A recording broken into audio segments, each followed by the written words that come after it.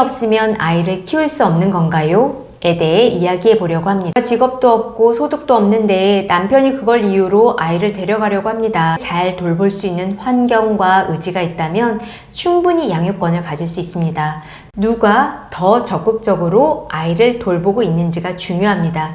이는 감정적으로 흔들리지 마시고 법적으로 자신이 받을 수 있는 권리를 잘 챙기시는 것이 중요합니다. 안녕하세요. 법률의 정원 이혼 전문 권민경 변호사입니다. 오늘은 많은 분들이 궁금해하시는 주제인 돈이 없으면 아이를 키울 수 없는 건가요? 에 대해 이야기해 보려고 합니다. 양육권은 단순히 돈이 많다고 해서 결정되는 것이 아닙니다. 법원이 양육권을 판단할 때 가장 중요하게 보는 기준은 무엇인지, 그리고 양육권을 주장하기 위해 꼭 알아두어야 할 점들은 무엇인지 자세히 알려드리겠습니다. 변호사님, 직업이 없고 돈이 없으면 양육권을 가질 수 없나요? 이 질문 정말 많이 받습니다. 특히 전업주부로 계시던 분들이 이런 고민을 많이 하시는데요. 의뢰인들께서 이렇게 말씀하시곤 합니다. 제가 직업도 없고 소득도 없는데 남편이 그걸 이유로 아이를 데려가려고 합니다. 남편이 경제적으로 더 여유가 있으니 아이에게는 아빠와 있는 게 더 나을 수도 있겠다는 생각이 들어요. 정말 돈이 없으면 양육권을 가질 수 없는 건가요? 이런 질문을 받을 때마다 저는 이렇게 답변 드립니다. 양육권은 단순히 경제력만으로 결정되는 것이 아닙니다. 물론 경제력도 법원이 고려하는 요소 중 하나이지만 법원이 가장 중요하게 보는 기준은 아이의 복리, 즉 아이에게 가장 안정적이고 행복한 환경을 제공할 수 있는 사람이 누구인지입니다. 따라서 소득이 없거나 경제적으로 부족하더라도 아이를 잘 돌볼 수 있는 환경과 의지가 있다면 충분히 양육권을 가질 수 있습니다. 너무 걱정하지 마시고 본인의 상황을 잘 정리해 나가는 것이 중요합니다.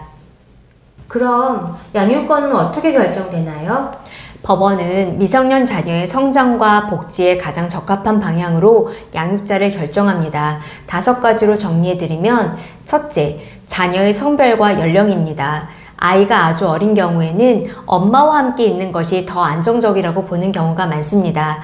하지만 아이가 나이가 들수록 자녀의 성격이나 상황에 따라 아빠와 함께 있는 것이 더 좋다고 판단될 수도 있습니다.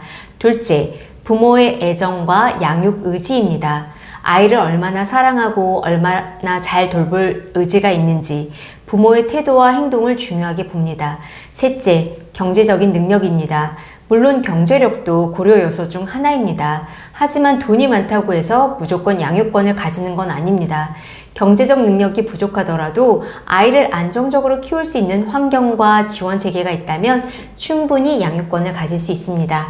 넷째, 부모와 자녀 간의 친밀도입니다. 아이와 누가 더 많은 시간을 보내고 더 친밀한 관계를 형성하고 있는지도 중요한 기준입니다. 다섯째, 자녀의 의사입니다. 아이가 13세 이상이라면 법원은 아이의 의견도 고려해서 양육권을 결정합니다. 그리고 상황별로 양육권이 결정되기도 하는데요. 우선 부부가 별거를 하면서 자녀를 엄마가 주로 키우고 있다면 특별한 사정이 없는 한 엄마가 양육자로 지정될 가능성이 높습니다. 왜냐하면 법원은 아이가 안정적으로 생활하고 있는 환경을 유지하려는 경향이 있기 때문입니다. 다음으로 부부가 이혼소송 중에도 함께 살면서 양육권을 주장하는 경우에는 누가 더 적극적으로 아이를 돌보고 있는지가 중요합니다. 예를 들어 아이의 식사, 등하원, 학교생활, 학원 준비 등을 누가 더 잘 챙기고 아이와 누가 더 많은 시간을 보내고 있는지가 큰 영향을 미칩니다. 그런데 혼자 아이를 키우려면 아이를 키우기 위한 경제적 기반도 반드시 필요합니다. 따라서 양육비와 재산 분할이 중요합니다. 변호사님, 그럼 아이를 키우려면 양육비와 재산 분할이 중요하다는 거네요. 맞습니다.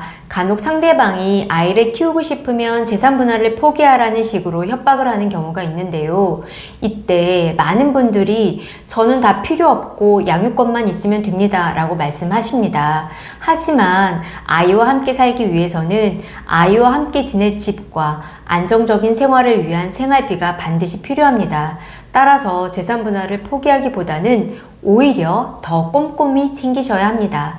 양육권을 주장할 때는 감정적으로 흔들리지 마시고 법적으로 자신이 받을 수 있는 권리를 잘 챙기시는 것이 중요합니다. 오늘은 양육권이 어떻게 결정되는지에 관련된 질문들에 대해 답변을 드렸습니다. 양육권 문제는 감정적으로도 법적으로도 복잡한 문제이니 혼자서 고민하지 마시고 꼭 전문가의 도움을 받으시기 바랍니다. 더 궁금하신 사항이 있으시면 댓글로 남겨주시고 도움이 되셨다면 좋아요와 구독 부탁드립니다. 감사합니다. 감사합니다.